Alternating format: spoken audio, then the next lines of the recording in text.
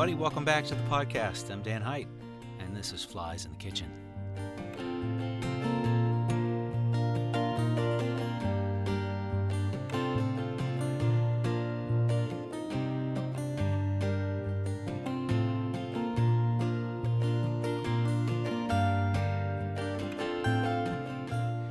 Well, I'm all for changing things up here on this podcast, so today you're going to hear something a little different. I'll be interviewing songwriter, folk singer, performer Zach Whitney today, and we actually did this while taking a walk in the woods. So I've gotten to know Zach a good bit over the last few years. You might remember his name came up in Ron Freeman's episode as one of the 3 co-hosts of our Third Sundays at Third Way songwriter series. You can hear all about that in Ron's episode. I've heard Zach talk a lot about his walks in nature, and I, being a lover of all things nature myself, on a whim, invited Zach to a conversation while taking a walk in the woods. I didn't have to ask him twice. We visited Battelle Darby Creek Metro Park. It's a large, heavily wooded park just west of Columbus, far enough out to leave the city behind and soak in the sounds of birds, leaves in the wind, and mosquitoes. Yeah, there were a few of those. But I tell you what, Zach really is a deep thinker. We were a little all over the place, going from songwriting and performing to listening to birds to open mics and checking out the light coming through trees. And it really was a great talk on a great walk with a great guy. And I think you'll agree. So I'm going to kick this off with one of my favorite tunes that Zach has written, and then we'll go right into it. Here's Front Porch Music, followed by my hike with my friend, Zach Whitney.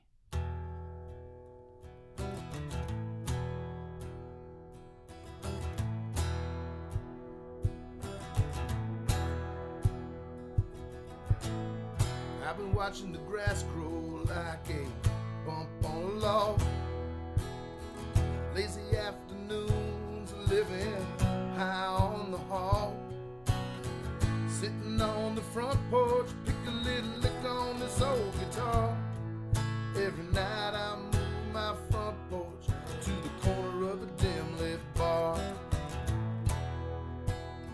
The song been on the jukebox, he bought another round. And I got the spot picked out and I double check the sound. Ease back, buddy, and I'll play one for you soon. We'll laugh and dance and cuss and cry, howling at the moon. Front porch music, do re mi. Front porch music, set me free. I got no polish, I got no plan, I give it to you the way I am. Like I'm back on the front porch with the magic of a melody. Every song's a sing-along. Are you much of a biker? No, I have a bike, but I've not done a lot of biking. Same. I have a hybrid kind of.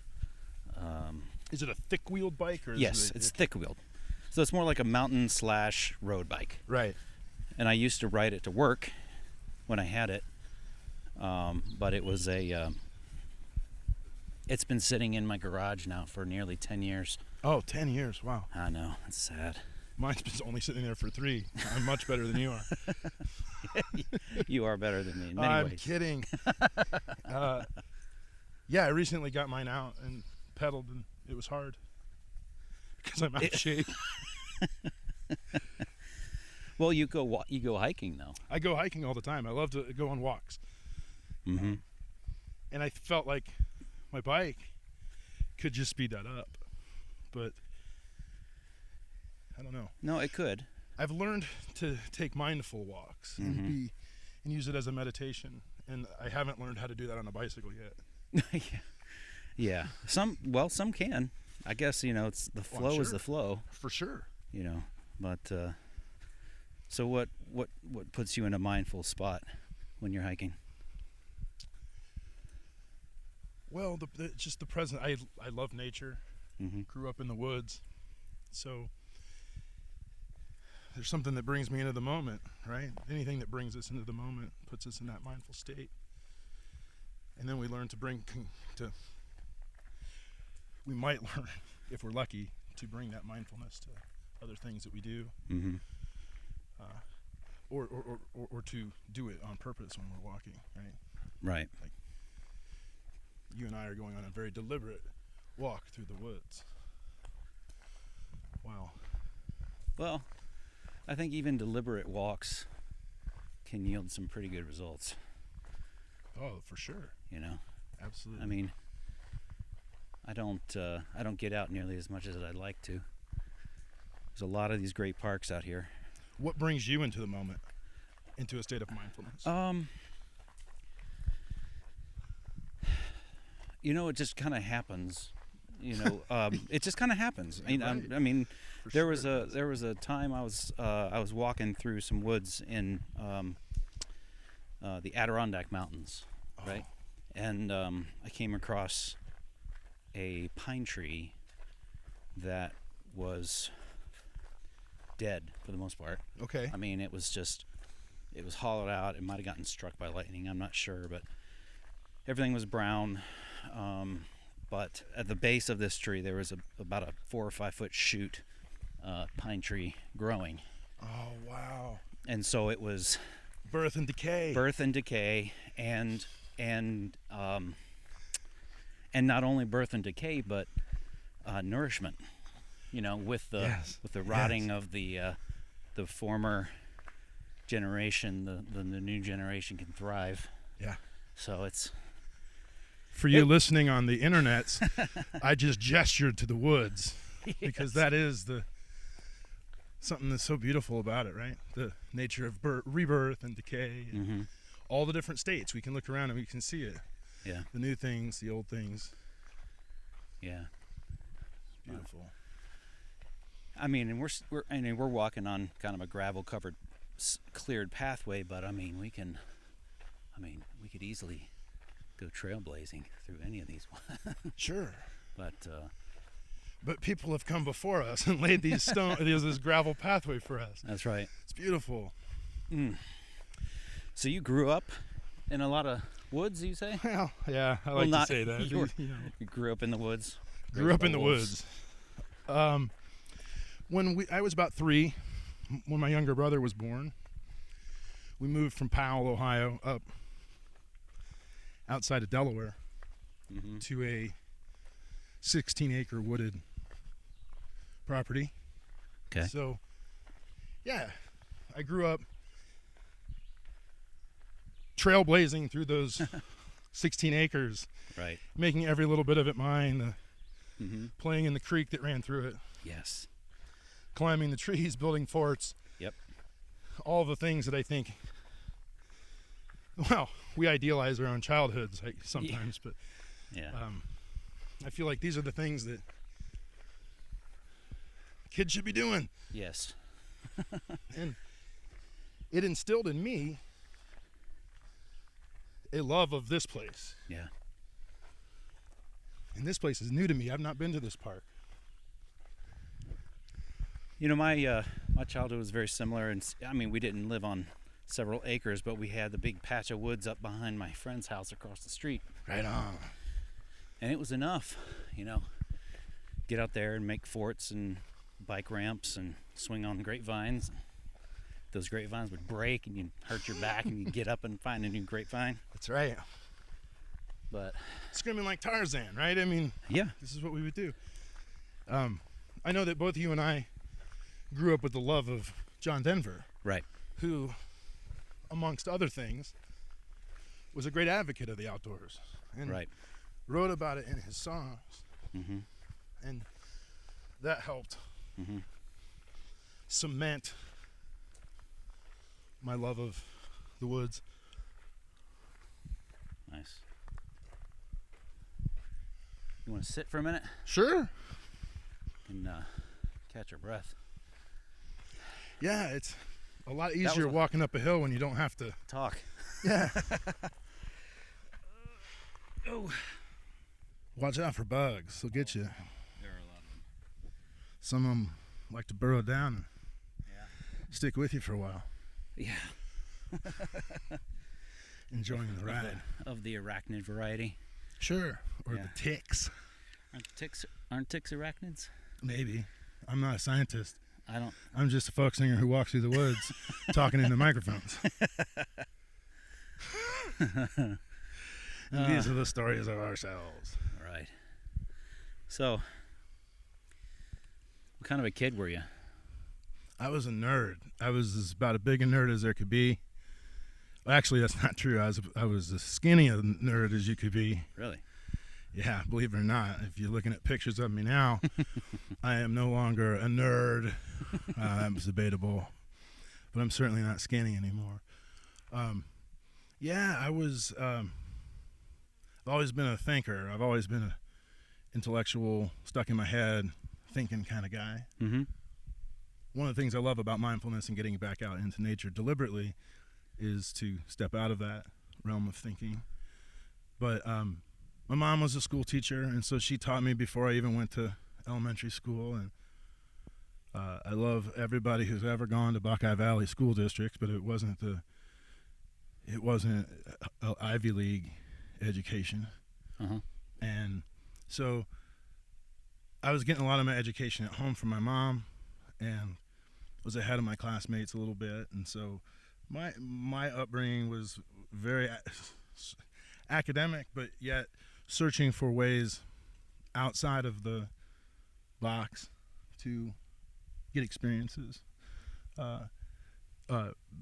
especially ones that I could do at home, collecting feathers and identifying what feathers go to what birds. And this is all probably pretty boring stuff. I was, it's kind of kid stuck in my head all by myself.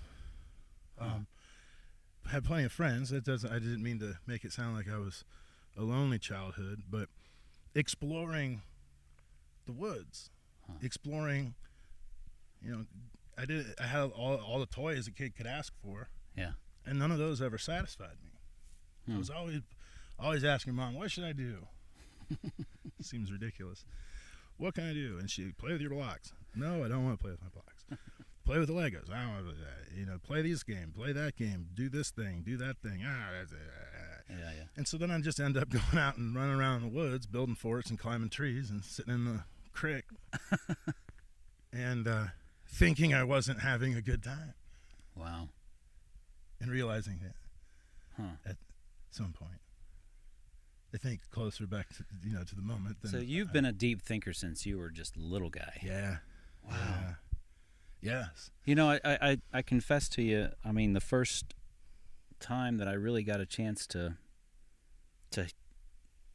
hear you sing and watch you perform, I never would have guessed. Honestly, I mean, because of the persona that you put out there, you know what I'm saying? You put out kind of a persona. Well, I would say it's probably a blend of persona and just genuine Zach. Yeah, probably. You're probably exactly right. Yeah, I mean, you and Ian Hummel are brothers. And the longest time, I honestly thought you were biologically related the way that both of you spoke of each other. Oh, yeah. And with contempt. With contempt, but with just deep affection, Contempt and affection. That defines all brotherly relations. That's right.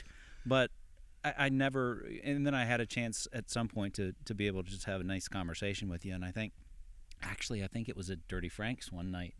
And we just got into this kind of a deep, philosophical / spiritual conversation about things, and the insight that you had was just really, really powerful to me. And it makes sense though, especially listening to some of your songs. You have a depth into your songs that is not, it's not a superficial, happy-go-lucky tune for people just to kind of tap their feet to. Some stuff is a crowd-pleasing stuff, but other things really you encourage people to take a listen and take something from it.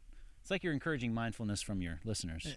And learning and thinking about, anything that we read or consume, we can read between the lines. That's the more fun part, discussing it and getting what you can get from it.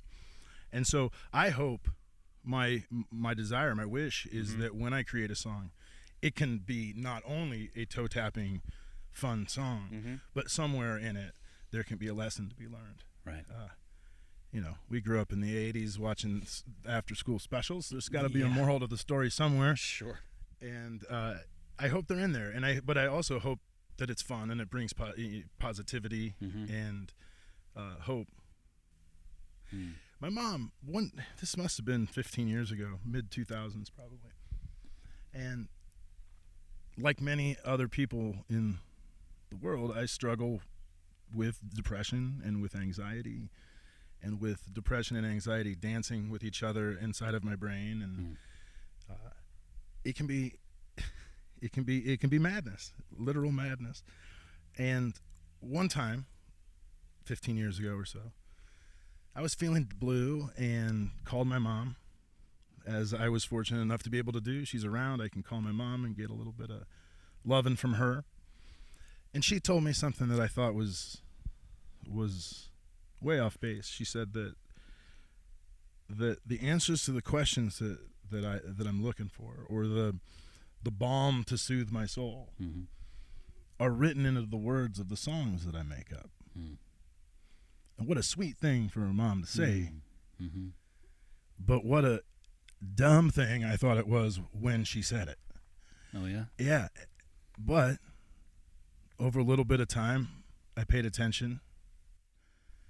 I started chewing between the lines of the songs and realizing that she was right, that I had been doing it. And ever since then, I've been doing it on purpose. I leave breadcrumbs. I call them breadcrumb songs. Right. Somewhere in there, there's got to be a lesson I learned, or a lesson that I want to remember. I got to remember, because we keep forgetting. We learn the lessons, but we forget them. I do. It seems like others do. Well, it makes it sound like a real deliberate process of writing, in a sense, but kind of at the same time just allowing the lessons to just kind of write themselves. Right. It's remembering the lesson, and then the whole, we're just, I don't know about the rest of everybody else, that you and the rest of everybody else that you talk to about writing songs, but we're half stealing them. The melodies are there. The chord changes are there. It's a template, pretty much. How we choose to do that, to put our individuality on it, to put our coloring on it, is real as all get out. But yeah, I'm finding remembering these old melodies wrong. There's melodies that are there, and I say I remember them wrong because I might be doing it deliberately, I might be doing it on mistake, but this is the way it comes out of me. Now I'm down a rabbit hole and I've confused myself. I need those breadcrumbs. Get back to the trail. And therein is the truth. We all need breadcrumbs to get us back to the trail, to remember those lessons that we've learned. And if I can put them in a good time song and sing them in a bar sometimes, right, then I can bring Sunday morning to Saturday night. Yeah.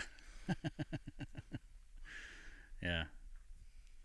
So your mom, was she sounds like kind of like your cheerleader in a sense. Oh, both my mom and my dad both have been very supportive and just lovely as far as cheerleading me, and bless their hearts.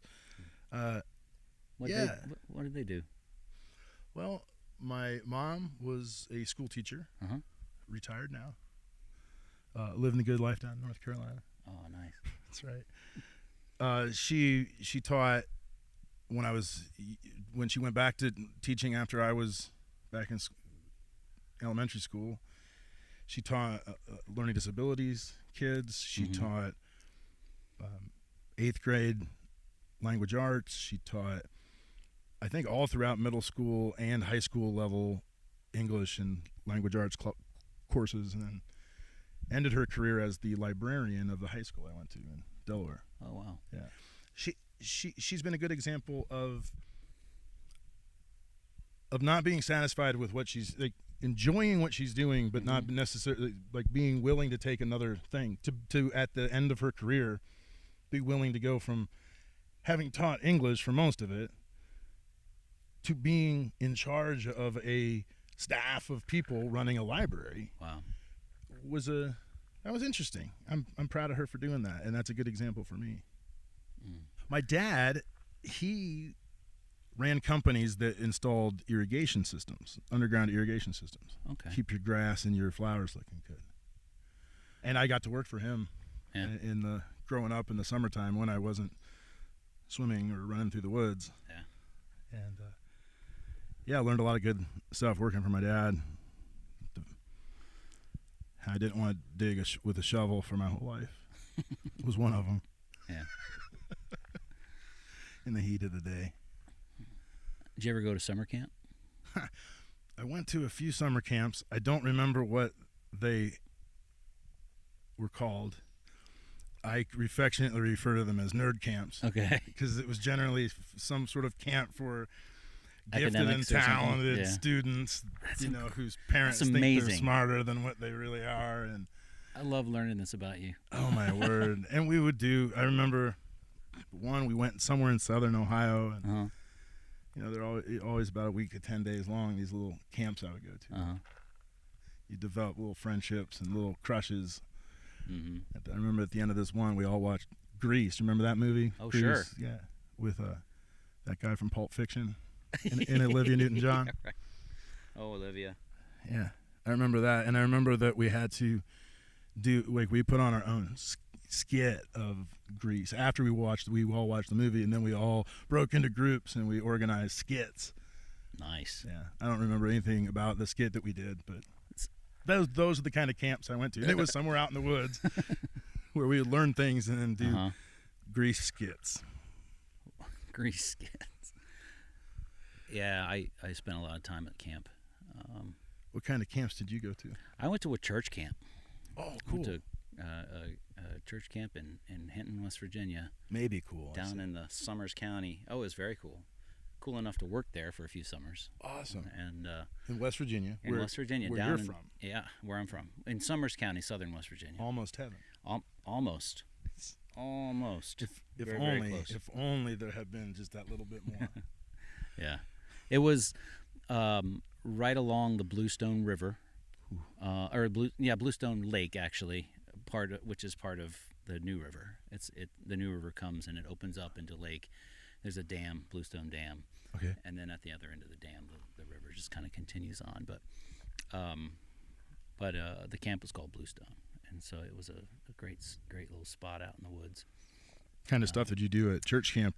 Well, more rustic things than you did, I guess. Apparently. No grease. No grease. I'm getting there's no John actually, Travolta. we built little,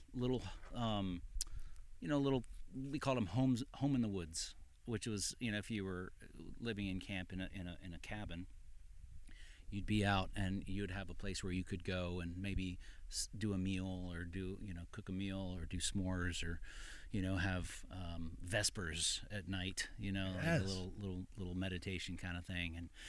And you'd build little shelves along trees and lash them to the trees and build little benches around the campfire and that was a lot of fun. Sounds delightful. It was really great, and it was. I mean, there were hikes and there was a the year that I went on as assistant director, we developed this thing called a quest hike. And it was this hike through the woods and stopping at different little stations. One of the stations was a beech tree that is probably close to 150 years old. Was it a hunt? Did you have to try to find this beech tree, or no, it was just part of the route? Okay. It was a scheduled stop, Nice. And so the lesson there was about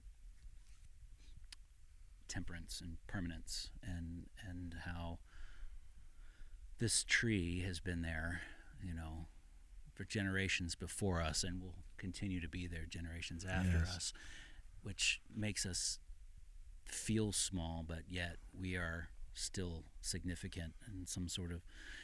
I don't remember the whole lesson, but it was a pretty. It was pretty deep for these 9th grade kids. You know what I mean? And my question was going to be, it was 9th grade. Like this was an upper, like a middle school kind of 8th and 9th grade. Nice. Kids did this hike, and the younger kids did other little things. But I definitely got a lot of insight through the woods and through hikes and through nature. I still do every day. Yeah. It's amazing the lessons that are reinforced or the things that I see. It's just looking out right now. You see like you say, there are trees that have been here for generations, and there are the carcasses of trees lying on the floor of the forest, and the new little saplings right here. Yeah. Impermanence, friend. Cycle. You want to walk? Sure. All right. Get these mosquitoes out of our face. Yeah, it's a little buggy, isn't it?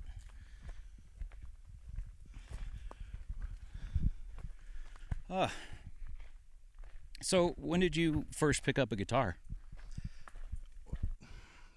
For real, I did in college. For not real, there were a couple of times throughout my younger years when I would express interest in a guitar.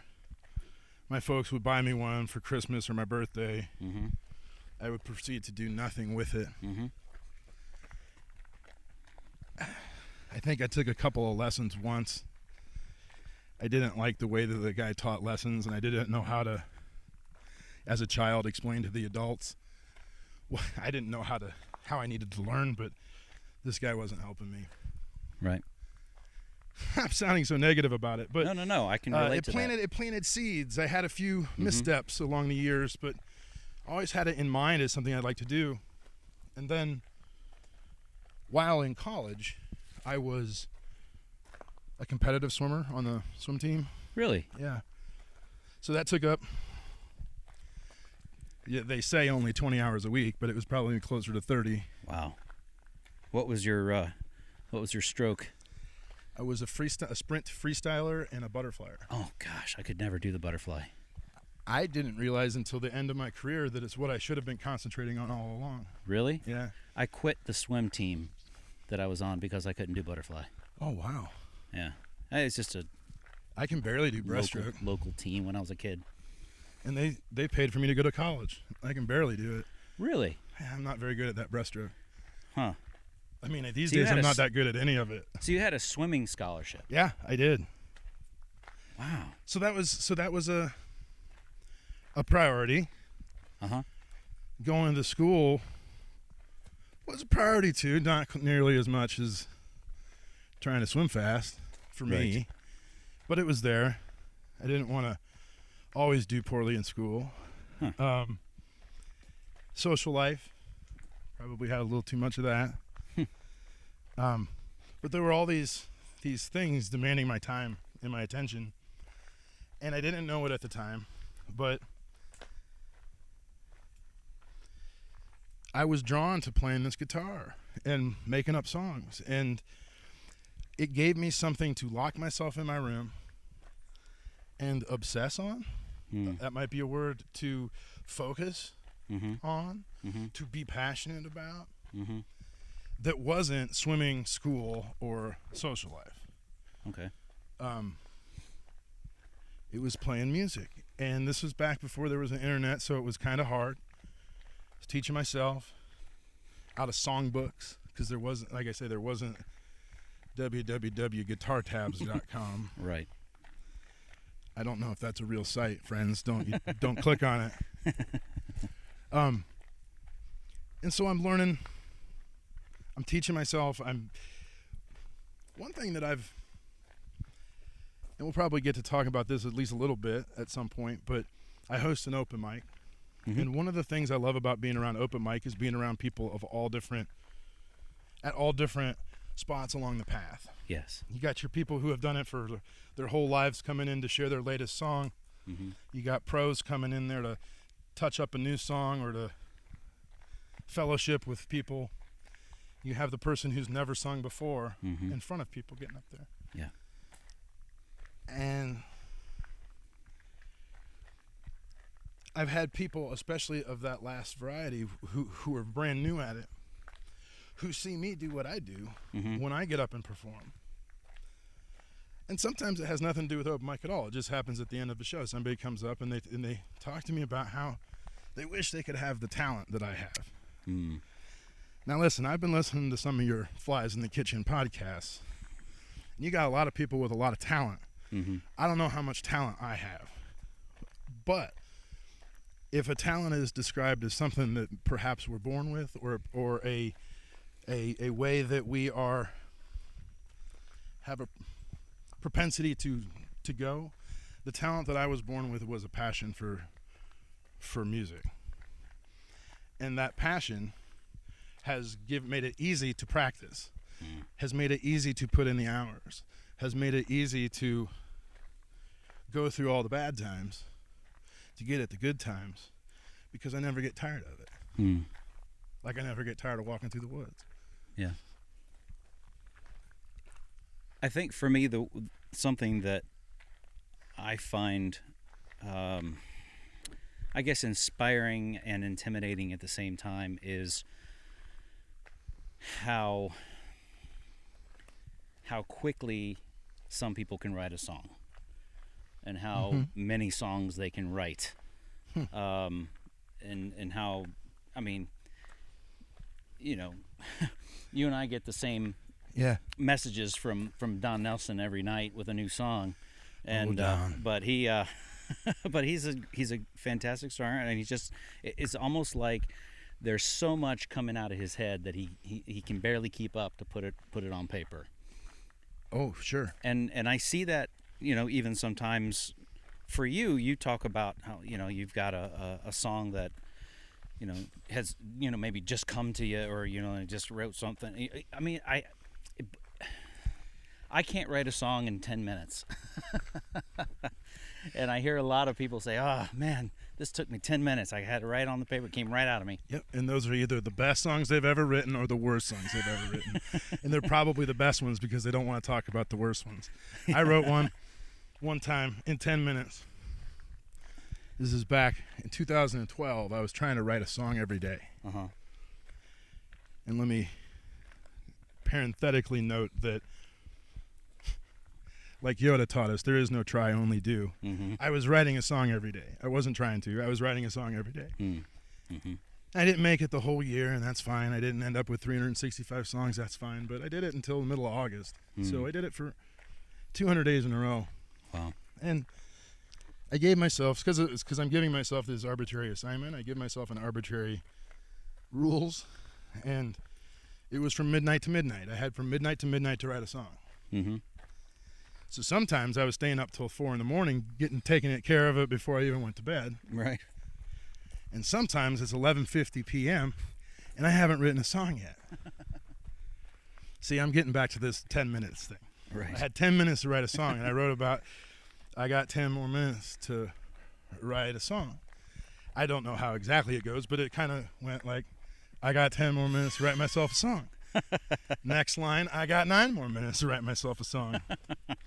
It was a terrible version of Shel Silverstein's 25 Minutes to Go, which I'm sure he took more than 25 minutes to write. Yeah. And sometimes they're the greatest song. I was listening to your conversation with Philip, and him talking about that Not Too Big to Wither, Yes. or Too Big to Wither. I want to get it right. Big enough to wither. Big enough to wither, Small enough to heal. Right. And how that came to him in like 10 minutes. And Right. I mean, talk about a perfect song. That's a beautiful, amazing song. Mm-hmm. And so, like they said, they're either the best songs or the worst songs you get in 10 minutes. Yeah. But you don't get them in 10 minutes like that? No, it takes me a little while. But I mean, in Philip's case, it had an event that triggered that. Sure. Triggered the writing of that song. That was a pretty major event. It was inspired. It was heavily inspired and it was heavily emotionally attached to it. And I think those moments are important. And I mean, not to say that the next traumatic experience you have, hurry up and sit down and write a song, but those are where a lot of those things come from. Seems like. I don't know. Yeah, I seldom get the experience where I get them in 10 minutes. Mm-hmm. I know that I've experienced it. I know what it feels like. I don't think that you can. I think it's impossible to try to do that. Right. It has to happen. Mm-hmm. It has to come to you. Mm-hmm. If we're going after it, it's going to take more than 10 minutes. Yeah. It's a nice little clearing, isn't it? It's very dense, isn't it? Mm. I love all the different colors of green. Can you see all the different colors of green? Yes. One of my favorite times of year is in the earliest spring when the forest floor is growing all the green before the leaves have a chance to drown it out. Yes, I love that time too. And if you're driving down the road and noticing that, you also see the blackness of the soil that's freshly tilled over. Oh, yeah. Oh, yes. I know what you're talking about. It's beautiful. Mm-hmm. And the light, sure. All the different patches of light. And it's different every time. Mm-hmm. Right. It's a miracle. Mm. Like 10-minute songs. So when did you and Ian start up? Officially, our first show ever, and the only time that we performed with me on stage left and him on stage right. Mm-hmm. If you're looking at us, usually I'm on the left and he's on the right. Right. Was at Rumba Cafe in October of 2010. Can you believe it? Huh. That's 8.5 years ago, if you're keeping track. And Ian, Big Brother, was asked to contribute. They were doing a Rolling Stones tribute night. Oh, okay. And somebody smart at Rumba says, probably to themselves as they're scratching their head, gee, it seems like the Rolling Stones did a bunch of good country songs. Is there a country guy we can get in to come in here and sing Rolling Stones country songs? And lo and behold, they think of Ian. And Ian, being generous or only knowing a couple and wanting to have a full set, invited me to play with him, and we sang some Rolling Stones country songs. And we sat out back of Rumba and said, this is a lot of fun. We should do this again sometime. And that was the beginning of the whole shenanigans. Wow. He thought we should be called Brothers. Mm-hmm. Just Brothers. Mm-hmm. And I thought we should be called Me and Little Brother. Uh-huh. I thought we should be called Me and Little Brother because of the song Daddy sang bass, right, Mama right. sang tenor, Me and Little Brother joined right in there. Right, right. We sang that song. We both sang that song. We both liked that song. Why not be Me and Little Brother? He thought it sounded too much like a band name, and he wanted it to be more spontaneous sounding, just like it's the Brothers. Right, right. So it took me a year to convince him. So a lot of our Facebook stuff is all Brothers, and people still call us the Brothers, just like he wanted. But we are officially Me and Little Brother. Me and Little Brother at gmail.com if you want to send us a request for us to play at your function. Yeah. We'll come and sing you all the old country songs and rock and roll songs that you can take. And if you're lucky, we'll bring a chalkboard. Oh, that's right. And chalk them up. How did that come to be? We ended up with that. So our good friend Joe, he does a lot of carpentry and artistic work for the Shazbots, which is Big Brother has an alter ego called Captain who runs this outer space rock band for kids called the Shazbots. And right. Our friend Joe, is a great artist and carpenter and woodworker. He made that chalkboard that we use, but it was meant to be horizontal with magnet letters that spelled Shazbots. Oh. And so at first, it was used both as the Shazbots deal, where their stage show name, right? And then we would take the letters off and turn it. How you guys doing? Doing well. How are you? Good. We would take the letters off and put it up vertically, and we would keep track of the artists that we've played. Right. And I have to imagine, I can't recollect the exact conversation we had about it or how it came to be, but we brought it, and it was probably a tool, a mechanism by which we could reinforce the unwritten but often spoken rule in Brothers of getting artist requested songs instead of specific song requested songs. So don't tell me you want to hear Turn the Page. Right. Tell me you want to hear Bob Seger. Right. And take the song that we give you. Yeah. So if we're writing the names up on the board and chalking them off, then people are in throw Garth Brooks on there. Or somebody else. Yeah. Chances are you'll know at least one song. That's right. Just don't request stuff after the mid-'90s, because we don't want to play anything from the last 25 years. I actually tell people that I only know about a handful of songs that were written in this century. It's true, though, right? Yeah. Well, I want to talk about that. Let's talk about that. Okay. One of the things I'm really good at in my thinking brain is getting down on myself and holding myself to a ridiculous standard, and shame, I guess, is what it all boils down to, right? Fear and shame. Well, sure. When did you stop? Did you stop listening to the radio? Did you stop listening to new music at a point? I think so. Well, I did Yeah. for sure about the same time I started writing. Really? And I can analyze it 6 ways to Sunday. Part of it is I decided to go backwards. I was influenced by a handful of artists. Well, who were the people that influenced them? Right. Who were the ones that were hanging out with them? I want to learn more about in this direction. Came in handy when I learned a bunch of songs, and now I do this gig with Ian where we sing a bunch of old songs. That being said, I kind of turned myself off to what was being presented to me as pop music.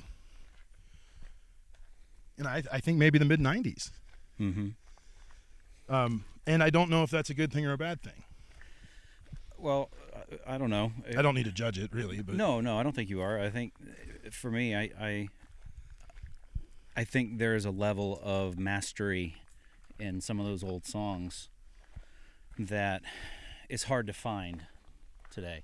And I don't, I run the risk of sounding like a, curmudgeon, this today's music is, it sound like the parents talking down Elvis, you know what I mean, when that was coming up.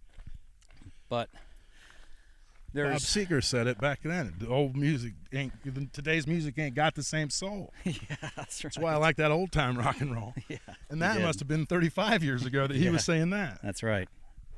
Yeah. Sorry, I interrupted you. No, that's okay. But I mean, poetic, people that would write their own songs and they would mean them. Yes. John Denver's a perfect example. Every song that he wrote, when you saw him perform them, you could see on his face that he meant everything he said. There was an honesty and an integrity to to what he did, for sure. And you can't fake that, right? And I think that you're talking about those old songs having some sort of quality to them. we're talking about, for all intents and purposes, a handful of songs every year, a couple of baskets full of songs every year. And I imagine that there was a lot more put out every year than the handful that we adore and remember and play 50 years later. Right. So I wonder if, yes, we are in an age when there is more content than ever, or we have more access to content than ever. But what I'm wondering is there not the same amount of good music being put out now as there was 50 years ago? Is just smaller by comparison, and we don't have the gatekeepers to make sure that it's the stuff that's on the radio. Yeah. I do, but to answer your first question, I do find myself not listening to the radio and getting angry at the radio sometimes. Oh, you get angry at the radio. See, I get angry at me for not listening to the radio. Really? Well, I get angry at the radio then when I listen. No, I get angry. I just want to be angry at something, right? As long as it's not at me. And again, I'm going to sound like an old curmudgeon, but I listened to a song on the radio that has made millions of dollars, and it has like 5 words in the whole song. And there's no depth and there's no content, and it's just... Have you not even ever heard of tequila? And I have... That only has 1 word in it, and I'm sure that made millions of dollars. You're right. Tequila. But it's a... but I... Sorry, I derailed you. you a little bit. No, but I think I kind of have a theory about some of that. And, back in the 60s, 70s, 80s, people really listened to music. They actually would sit in front of their record players or their stereos. Was that your family, or do you think most people did that? I think was that a majority many of people did that. I think it was my family in your experience. So we have a similar experience in that. Yeah. I don't know that that's the way that it was for everybody. Well, I'm not going to assume that necessarily. Well, maybe not. I'm not trying to get you. Okay. But I wonder, is that a common experience? It seems, I don't know, because from what I've noticed, I mean, every time I talk to somebody about albums, one of the first things they talk about, record albums. Yeah. One of the first things they talk about is the cover art. And they're like, oh my gosh, I just would sit and just stare at the cover art and with my headphones on, and I was just looking at every detail, and I was listening to every word, and it just was running right through me, and I believe that. And I think that a lot of, there's a whole lot more distractions in 2019. Yes. Clearly. Our attention spans have been systematically shortened. Very shortened. And there's not a lot of space to let the music in. I think it's a matter of the music that is consumed is more of a background noise. Do you think CDs killed that when people could put out CDs that were an hour and 5 minutes long? And that's a little bit too much for our attention span. And so we went off of it and we went back to a singles system that we had before, back in the 50s. And because there is this 65 through 1990 maybe, maybe even 85. I don't know. There's a 25 year window where the album became the standard unit of artistic expression for a musician, as opposed to a single. Right. But back in the 50s, country music, rock and roll music, anything was geared towards selling a single. And now we're back online to selling singles. But albums, there was this window when the disc jockeys would play deep cuts off the album that weren't the singles that were released, even on the, they could have the power to play what they wanted. We sat there, we had longer attention spans. We loved the art. If I wasn't looking at the cover art, I was staring at the speaker. It didn't do anything. Right. But bounced a little bit sometimes when the bass notes got thick. Or I just lie in my bed with the headphones on and stare at the ceiling. Oh, yes. And I had, a visual, capability of just creating movies in my mind of what the songs were doing. Oh, I've listened to your songs, Dan. I know about your imagination and the paint, the portraits you paint. Well, you know, when love I it. was in 7th grade, Mm-hmm. my sister gave me The Wall. Right? Your sisters are older? Yeah, older sister. How many siblings do you have? I have one older sister, Oh, there you go. 2 years older. She gave me The Wall, Pink Floyd, Sure. and it was a tape, and it was one of those tapes where it specifically said, you know, don't rewind this, just flip it over and fast forward it. It's one of those heavy duty kind of things. Okay. But I would listen to that beginning to end. I wouldn't listen to just one song. I'd listen to the whole thing.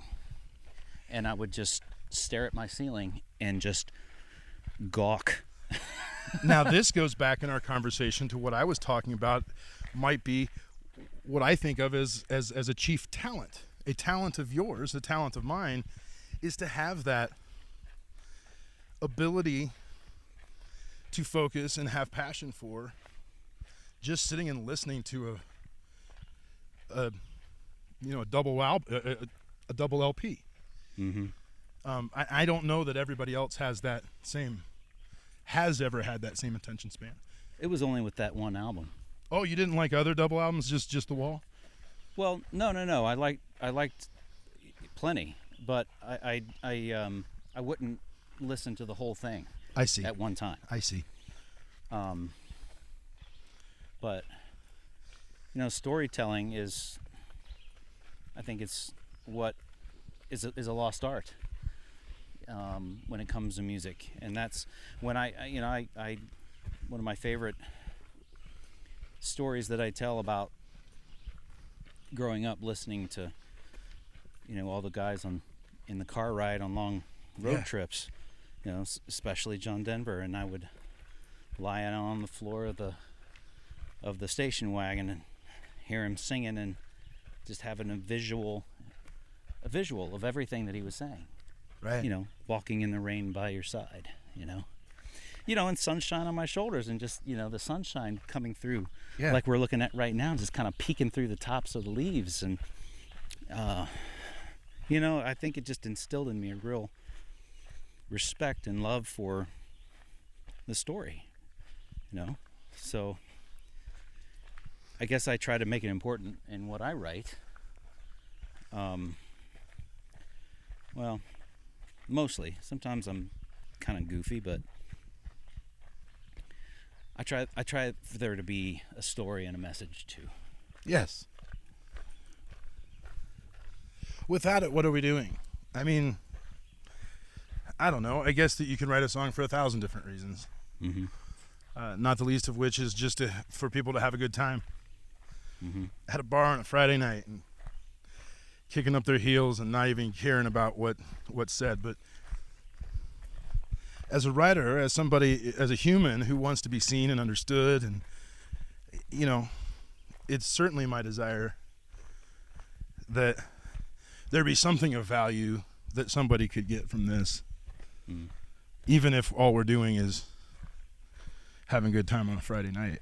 Right. Because at some point in time, somebody somewhere, maybe, hopefully, if we're lucky, is listening to it in their headphones, lying in their bed. Mm-hmm. And whether you're painting them a picture of a place to explore in their imagination, or if you're giving them a thought experiment, or a different perspective, a different way of looking at something that they've looked at from this perspective. Mm-hmm.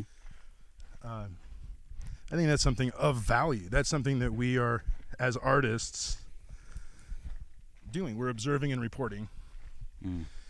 And in that report, I want there to be something that I've hopefully figured out. Yeah. Or hopefully, you know, they say write about what you know. If you know about it, Mm-hmm. you know, warn us. Or I don't know. I'm speaking of this in lofty terms, like I'm sitting around every song I make trying to figure out a way to sneak into something to teach people. Sometimes I just write the song and I don't figure it out for another year. Oh, this is what I'm teaching. See, I'm the student too. Teacher and the student. Well, the song that sticks out to me that is, I mean, you sang it at Dewey's the other night. Sure. Which was Remind me the title. More Like the Moon. More Like the Moon. And it was like what it reminded me of was like a blessing, like something to like a benediction almost. Sure. Okay. And it was just like go through the chorus. I mean the lyrics on that. The chorus. Okay. The chorus part of the song. Or however you structure it, that makes sense. It's funny how I'm noticing how my ego wants to tell the whole thing. It wants to tell it this way. I want you to tell it the way it needs to be told. Well, the way that I think that it needs to be told. Just a quick preface on the verses. Mm-hmm. The verses are a series of using nature as metaphor, talking about what it might be good to emulate, as far. Mm-hmm. Like a stone, or like the moon, or like the sea. Mm-hmm. And so the chorus part of the song, and now I'm talking haltingly because we're coming to a break in the woods. Yeah. Where are we? We're it's like we're facing west because the sun is in our eyes. Uh-huh. We're in there's a pavilion up ahead. We can sit down. Yeah, let's do that. And then we don't have to think about, I don't have to get that map out. Right. What a way to take you out of what you're doing. Yeah, right. Than walking around the forest with microphones. I mean, looking at maps. Yeah, right. So we're talking about More Like the Moon. And you asked me to go through the chorus part of that song. The chorus part of the song says, be like the wind. Mm-hmm. This can be hard. I don't have a guitar with me, so I sometimes got to think about how they go. Mm-hmm. Be like the wind, sing a sweet melody. Be like the valley, lay low and know peace. Mm. Be like an oak tree, stand strong, but know when. To be less like an oak tree and more like the wind. Mm. So I suppose in the chorus part, I'm telling people what to be like too. And then on one occasion, telling them what not to be like. Mm. I'm a bossy guy. Be like this. No, it sounds like real sage advice to me. Well, one of the things I was thinking about when I decided that I wanted to write a waltz that was a folk song waltz about the woods and stuff. Mm-hmm. I wanted to put all the cliches in it. I thought about, you see it all the time on posters and memes and whatnot, but there's the old Bruce Lee quote, which is just an old Taoist thing about being like water. It's the lowest. It goes to the lowest of all things, but it can Mm-hmm. This is an old metaphor, water, right, and the power of such a what can be such a small thing. Mm-hmm. And I was thinking about just sort of that sort of wisdom. I like reading the Tao Te Ching. I like Bruce Lee. Why can't I write a song that tells those stories? And so I was thinking about that a lot, and I was thinking in the as far as the song goes, wind became the metaphor rather than the water. That the wind can move around things and through things, and it can be powerful in its own way, and its own, but sometimes if we stand too strong, like an oak tree, if you ever after a strong windstorm, you go outside and there's branches all on the ground. Right. The wind wins that one. So sometimes it's better to be this soft thing than the hard thing. I don't know it's about winning either, but it's about, there's power in softness. I'm trying to find the word that's going through my head. It's Is it cliche? No. Is it almost like picking your battles, or No, that's not it either. That can be it for sure. I mean, it's all these things. Yeah. Let's talk about it. Okay. All of these things exist in between those lines, right? Mm-hmm. I know you're a fan. I've talked to you and seen some things you've posted online, and I know that you like reading the Bible. Mm-hmm. It's a good book. Mm-hmm. In fact, they call it the good book. That's right. Yeah, it says a lot of stuff, but a lot of the best stuff is the stuff that it doesn't say, the stuff that exists in between those lines. Mm-hmm. And I hope that in the best of my songs, in the best of your songs, in the best of anybody's songs, there's room to get lost in between what the lines say. I don't know what made me go off on that tangent, but you can't be wrong about what we talk about. It all exists in between those lines. Yeah. Well, it's like art. It's how the eye perceives it. Well, I know what I yelled out at you as you were leaving Dewey's the other day was that it's a song about, in a way for me, it's a song about discernment. Right. Knowing when to be the oak tree and when to be the wind. It's not wrong to be either thing. In fact, in the song, I say, be like the oak tree. Stand strong, but know when. To be less like the oak tree and more like the wind. It's about knowing when to be which. And that's the how to be in this world. It's about recognizing in nature the things that things do well. I love walking through the woods because I love looking at the trees who just stand there, and they grow in different directions. They're reaching, trying to get the light and these root systems that we can't even see that are going for the water. Right. And yet, like you were teaching back in 9th grade on the quest hike. Yeah, right. They sit in stillness for sometimes hundreds of years. Yeah.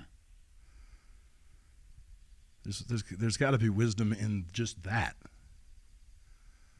And if there can be wisdom in just a tree that exists, then who am I to not put some sort of wisdom into the song I write? Right. Helps me figure it out. If it helps anybody else figure it out, fine. If not, it's a great song about the wind. Yeah, if I do say so myself. It is a great song. I like it.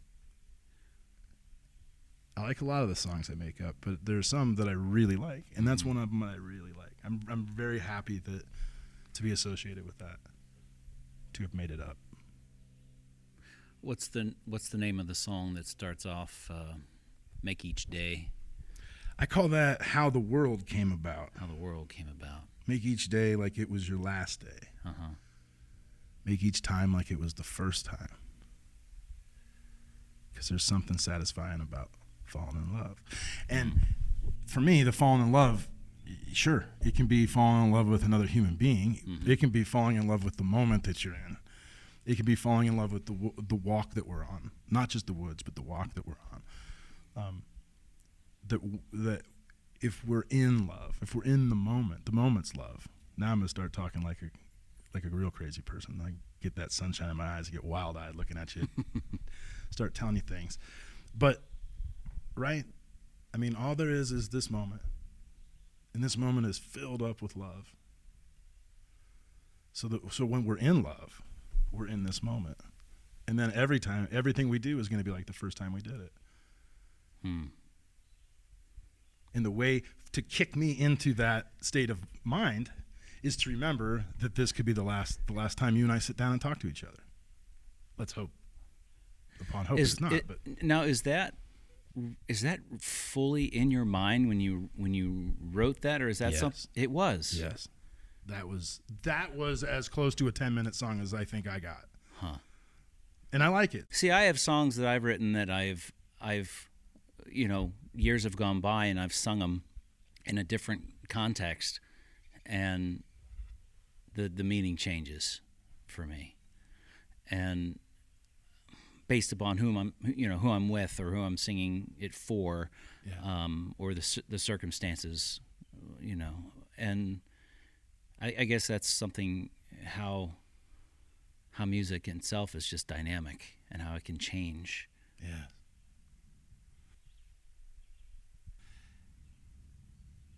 There's a little bit to that song in that I had just lost a friend. And when there is an event like that, we talked about Philip's song, you know, when there is an inspiration, when there is a moment that stands out above other moments, and when you lose a friend, that's something that stands out. And one of the reasons I write songs is to get my thoughts straight, to help me understand it, to help me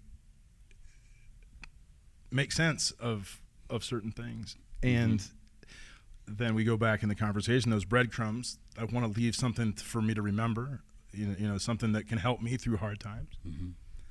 And so in figuring out what to write about when my friend passed, and I felt compelled to write, and 2 songs came out, one that's darker than this one that expresses the hope that I hope is a hallmark of the things that I do, that there is, it's not just darkness, that there's the light at the end of the tunnel somewhere. Learned that from Shakespeare. He always put, somebody was there at the end of the tragedies. All the main characters died, but there was always the Duke of York or somebody who was there to save the day and live happily ever after. Yeah. So I want there to be some sort of happily ever after. And thinking about the fleeting nature of life. I mean, I lost a friend. He was in his 40s. Give me a break. You're not supposed to leave us when you're in your 40s. And that made me think about how I want to make sure that I live each day like it's my last day, and make each time like it's the first time. Fall in love with things. Because isn't it better to be in love with things than to be at war with things or in conflict with things? Oh, sure. Yeah, I'm in conflict with a lot of things all the time. That's what I think depression and anxiety kind of are, right? They're these things that dance in my head and make me seek out conflict. Make me. Yeah. And so to find the love rather than the conflict is a chief reason why I write. And that song helps me remember. Awesome. So since we're out here, I wanted to play a little game. Okay. And it's going to be I'm going to read you a quote. Okay. And you're going to have to tell me if you think it's from John Muir. Okay. Or Ralph Waldo Emerson. Emerson or Muir? Emerson or Muir. Okay? Okay. All right. Number 1. Take a course in good water and air, and in the eternal youth of nature you may renew your own. Go quietly, alone. No harm will befall you. Emerson.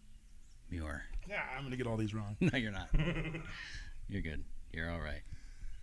I made up my mind too quickly in the quote. That's okay. That's all right. I'm explaining to people why I got it wrong. I want to be seen as a winner. You're a winner. You're a winner. Okay. Okay. Hang on. He went from Muir last time. It's got to be Emerson this time, right? This time? No, I'm kidding. You never know. Well, you don't. Well. Okay. I will know. Okay. Okay. Going to the woods is going home. For I suppose we came from the woods originally, but in some of nature's forests, the adventurous traveler seems a feeble, unwelcome creature, wild beasts in the weather trying to kill him, the rank, tangled vegetation, armed with spears and stinging needles, barring his way and making life a hard struggle. Now see, Muir. John Muir. Okay. Absolutely right. Okay.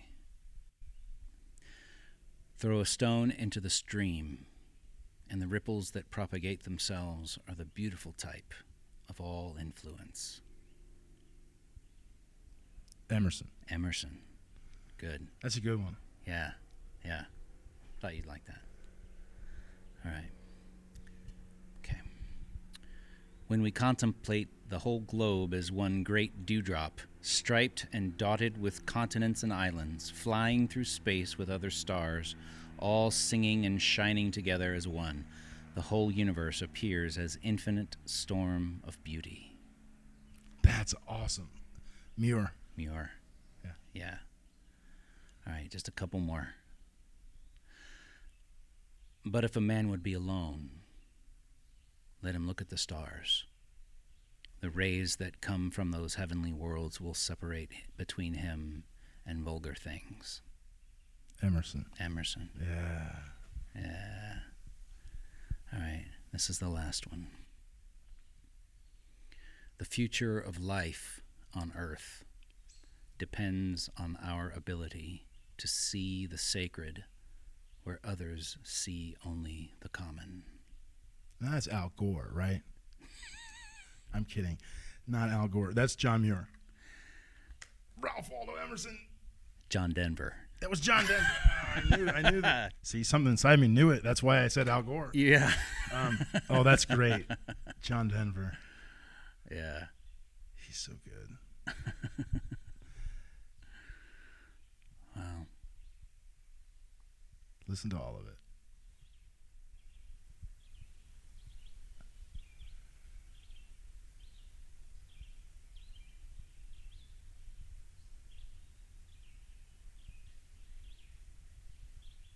Do you do any kind of meditation practice?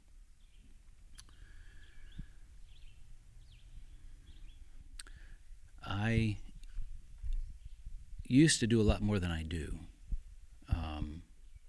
I used to live really close to the woods. Okay. I used to live in a garage apartment at some woman's farm who lived on the edge of this big wooded area that had a trail down to the New River. Nice.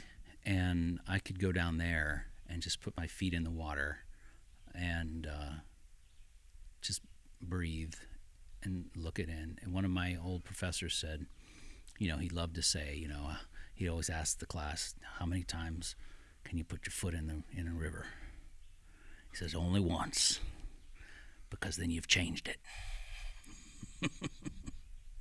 So I'd think on that. I'd kind of think about that, and I put my foot in the water, and I'd move my feet around in the sand and just watch everything kind of swirl around and just move on down the line.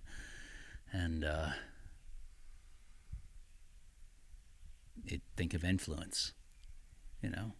And I used to be able to do that a lot. I'd go out in the woods and I'd just kind of sit and I'd listen to like what we just did,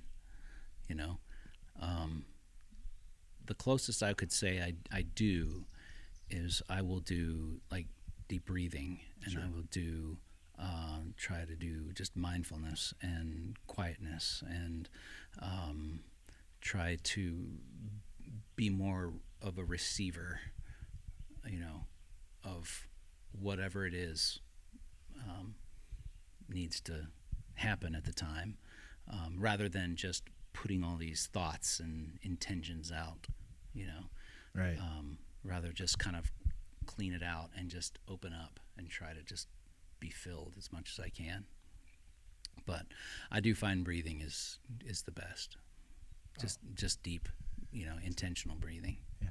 It's free and we can take it with us. That's correct. It's free and portable. That's right. That's right. Yeah. You don't need to travel in order to get there.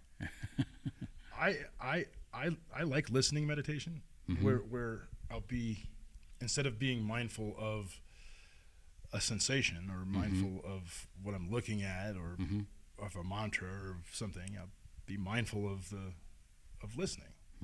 And yes, it's much more pleasant out here to hear the symphony of sounds that the critters make. But sometimes if I'm feeling stressed and I get to my destination a few minutes early, I'll roll down the windows, close my eyes in the fan, and I'll listen to the city do the same thing.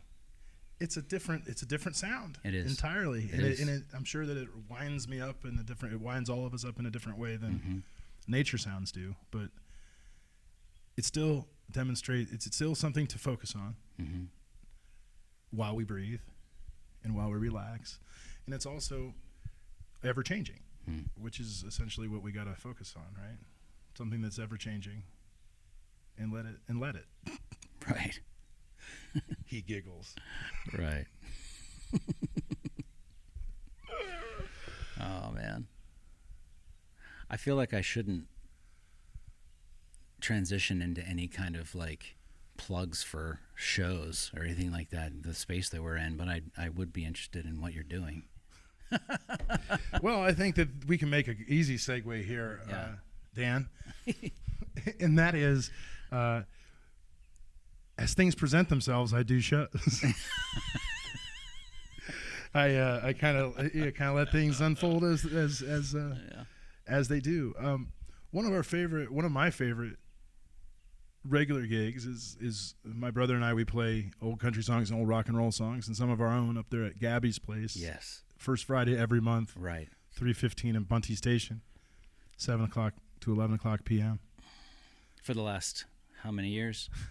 For the last 99 months. Last Friday was meant to be our 100th time doing Gabby's, Right. and the power went out. Right. So soon enough, we'll have our 100th time. So we've been doing it for, what's that, 8 years? Yeah. 8 years and 4 months? Yeah. So you're going to be there this Friday, though, right? No. No, we're not going to be there this Friday because there was already somebody scheduled for this Friday, and that person can't alter their schedule to accommodate our schedule. So next Let's first just Friday. plug it as it's the first Friday First every Friday single forever. month, and that's unless the power goes out, which has happened once in 100 tries. Yeah, right. We'll be there singing songs. Nice. Hey, I play the gigs that come up. I go after them. Sometimes they come to me. And then it provides me time during the day to go on hikes and enjoy the outside, which then rekindles my want to be creative. And then the being creative rekindles my desire to go out and play a show. And one thing that I have not done well, I mean, we could have a 2-hour podcast about all the things I don't do well. Maybe we should do that sometime. Part 2. But I don't make enough recordings. That's my big, if I were to have a regret about the way I do things, and there's lots of reasons to have regrets about the way I do things because it's not in a very business savvy kind of way. But I've only made one real record in my life, and that was in 2003. Yeah. And if we're counting on fingers, we need more than just the fingers. We got to start counting on toes to get back that many years since I made a real record. I do some home recordings of the songs I make up, but I would really like to get myself into gear and put out a new record sometime so that people have something to take home. Part of the reason that my career is in the place that it is because I don't put a lot of priority on getting into a studio and making a record. That being said, I feel like when people request an original song of mine or tell me how much they enjoy an original song of mine or remember the name of it or a line from it, what great joy that brings me, that fills me with gratitude, because not only did they remember, and not only did my song touch them or make them remember, make them feel something, but they remembered it not being able to take it home with them. That impression has been made all firsthand. Yeah. And while that isn't the way that a business student would write up a business plan for how a full-time musician should operate himself, I feel awfully grateful that my music has been able to make that level of an impact on people who essentially only experience it in a live setting. Yeah. So the source of one of my greatest shames is the source of one of my greatest prides, and thus the nature of the universe. Yeah. A paradox in a riddle. Or is that an enigma? I think that's a great stopping point. Yeah. Thank you, Zach. This was a lot of fun. This is a lot of fun. I appreciate it very much. Well, thanks for coming and Thanks for having a walk with me. Yeah. This is the kind of thing I'd be doing anyway. It's a great idea. I wondered how this would all work, too, because, again, having listened to the podcast, I wonder how this is going to work out in the woods. It was like this. Easy breezy. Yeah. Let's do it again. Yeah. Love you, Dan. Love you too. Live each day like it was your last day. Confounding how quickly it all slips away. Make each time like it was your first time. There's something satisfying when you're falling in love. The sun comes up, you open up your eyes, jumping out of bed to take this day by surprise. Bang your drum, sing out and do your dance. Whenever you get the chance, you ought to be falling in love. Hearts are racing, anticipating, just holding hands. You can't catch your breath, second thoughts get second guessed. When you're wondering if they'll even understand, if there was ever any doubt how the world came about, it started out with falling in love. Well, that exceeded every expectation I had. I knew it was going to be a good talk, but there really is such a disarming nature to Zach that you can feel right at home with him, even if you've just met him 5 minutes earlier. Hey, be sure to head over to this episode's page at danheight.com where you can find links to Zach's music, specifically the ones we talked about here, specifically the one you're listening to right now, and other great stuff. Hey, thanks again for listening, everybody. Why don't you go take a walk in the woods just as soon as you can, and let's go make some stories.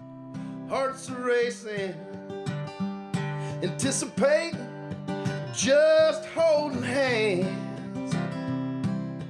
You can't catch your breath, second thoughts get second guessed. When you're wondering if they'll even understand, if there was ever any doubt how the world came about, it started out with falling in love.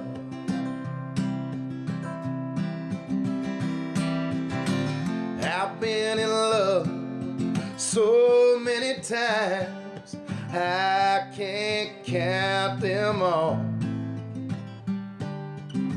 I don't regret it, you heard me, I said it, I ain't afraid of a fall. Because broken hearts will mend again and again. If we're falling in love, count me in. Live each day like it was your last day. Confound how quickly it all slips away. Make each time like it was your first time. There's something satisfying when you're falling in love.